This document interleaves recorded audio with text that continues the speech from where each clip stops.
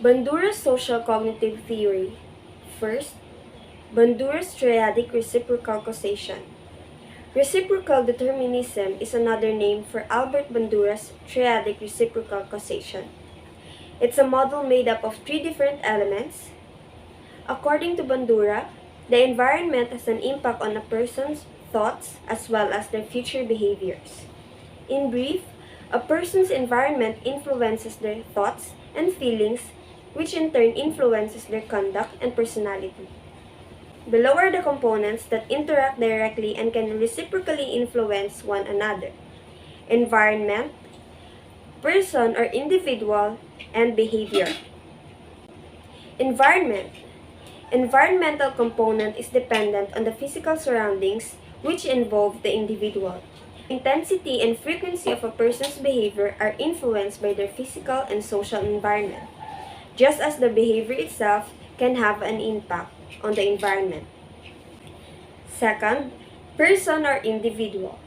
It includes all the necessary characteristics which have been fairly rewarded in the past.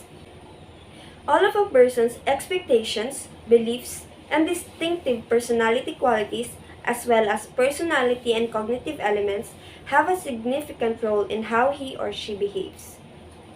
Last is behavior. The behavior component of reciprocal determinism explains how an individual's actions or reactions are frequently based on their cognitive processes. It implies that everything that occurs to an individual is a result of the environment's action on the individual. Second of Bandura's social cognitive theory is the Bandura's concept of self-efficacy. Bandura's self-efficacy theory is rooted in the belief that people are more willing to participate in activities if they believe they are competent at them.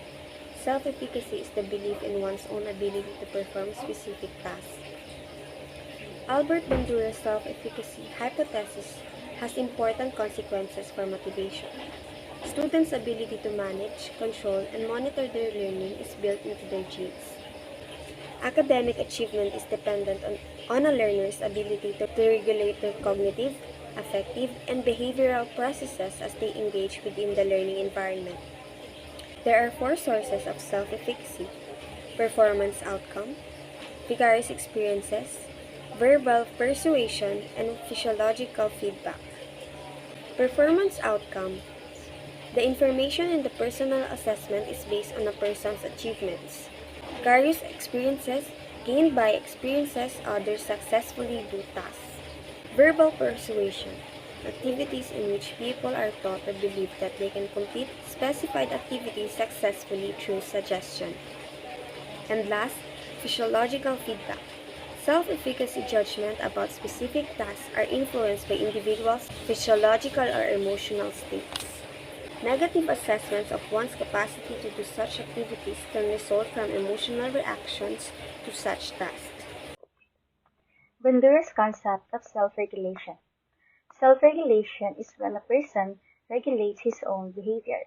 We control our behaviors because we are aware that there are consequences depending on how we act. Ideally, people must be able to regulate their behaviors. External factors in self-regulation. The first is interacting with personal influences shape individual standards for evaluation. We learn from the people around us. It could be our parents, teachers, or any person who is older than us. Through observing others, we develop a multitude of standards for evaluation of our self-performance. Second is the external factors influence self-regulation by providing the means for reinforcement. In order to control someone's behavior, you should provide reinforcement. Reinforcement can be defined as the price if they meet the standard you set. Internal factors in self-regulation. 1. Self-observation. Every individual has the ability to observe his actions. We can monitor if we are doing good or not. 2 is judgmental process. If we can monitor our performance, then we also have the ability to evaluate our actions. This process helps us identify if our actions are wrong or right. The basis of the judgmental process is our own standard. 3 is self-reaction. This is the final internal factor in self-regulation. It is how we react on our actions. actions. Our actions can be positive or negative depending on our own personal standards. Self-regulation through moral agency. People also regulate their actions through moral standards of conduct. Bandura 1999 sees moral agency as having two aspects: doing no harm to people and proactively helping people. These two aspects guide our actions. According to Bandura's theory, he believes that people are naturally good. People are aware of what is right and wrong. According to Bandura, people with strong moral beliefs can commit cruelty or simple mistakes once they have justified themselves, the morality of their actions. This is called disengagement of internal control. Figure 16.2 shows mechanisms of justifying the actions. Figure 16.2 shows the process of how people justify their actions. First is the reprehensible conduct. It refers to the actions we are justifying. It could be bad things that we consider as a good one. Moral justification is when we think that we are the good guys. Palliative comparison is when a person trying to justify his actions will use words that appear to be decent. Euphemistic labeling is when a person tries to tell others that his bad actions will help us in making things better. He will convince people that his actions have good reasons. Detrimental effects are the consequences of actions. Minimizing, ignoring, or misconstruing consequences. It is the act of avoiding and ignoring the bad consequences caused by our simple mistakes. Dehumanization is the act of converting the victims as statistics, or denying the humanity of the victims. Attribution of blame refers to putting the blame to the victims. Kelly's personal construct theory. George Kelly was a well-known psychologist who made significant contributions to the field of personal construct theory. He is known as the father of cognitive clinical psychology and was instrumental in the early development of the subject. Kelly's theory has been dubbed the theory of theories. The definition of personal constructs is the actions our mind take that anticipate and interpret events in a situation which causes different interpretations. George Kelly's idea can be defined as how we interpret, assess, and examine events in our lives depending on our personal experiences. Kelly's constructs. 1. Core constructs. These are important beliefs that are part of the individual's personal identity. Number 2. Peripheral constructs. These are beliefs that are relatively unimportant to the person and that can be changed easily. Number 3. Loose constructs. These refer to beliefs that are unstable, weak, and poorly defined. An individual with loose constructs make varying and ambiguous predictions. 4.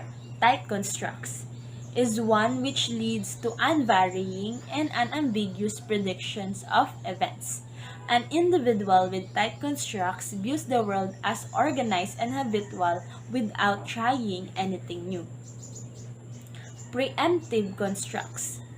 This includes only its own elements and maintains that these elements cannot apply to other constructs. 6. Propositional constructs. These leave all their elements open for changes. Number 7. Constellatory constructs.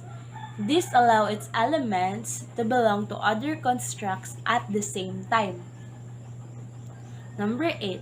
Comprehensive constructs is one that includes a wide variety of events. Number 9. Incidental constructs is one that only includes a narrow variety of events. Kelly organized his theory into a fundamental postulate and 11 corollaries. In simple words, his postulate says that a person's way of thinking is caused by the ways in which he or she anticipates events. These ways are divided into the 11 corollaries. Kelly's 11 corollaries. 1. The construction corollary, that no life event or experience can be easily recreated. An event can be repeated, but it will not be experienced in precisely the same way. 2. The individual corollary. Kelly introduced the notion of individual differences and point out that people differ from one another is how they perceive or interpret an event. 3. The organization corollary. Our personal conceptions are arranged in a hierarchical order, with some being superior to others and others being subordinate to them. 4. The dichotomy corollary. This is necessary if we are to anticipate future events correctly. We must note for difference as well as similarities between person and situation. 5. The choice corollary. We pick the one that best suits us, the one that helps us to forecast the result of expected to happen. 6. The range corollary. Constructs are limited to a particular range of convenience, that they are not relevant to all situations. 7. The experience corollary. We continually revise our personal construct as the result of our experience. 8. The modulation corollary. A permeable construct allows new elements to penetrate or to be admitted to the range of convenience. 9. The fragmentation corollary. Kelly believed that within our construct system, some constructs may be incompatible even though they coexist within the overall pattern. 10. The commonality corollary. The fact that our individual constructions are unique to us, people do share experiences with others, especially people from the same culture. As a result, they have the same personal construct. The last corollary, the sociality corollary. We can communicate with others because we can construe the other person's construct. We not only observe the behavior of others, but we also interpret what that behavior means to them.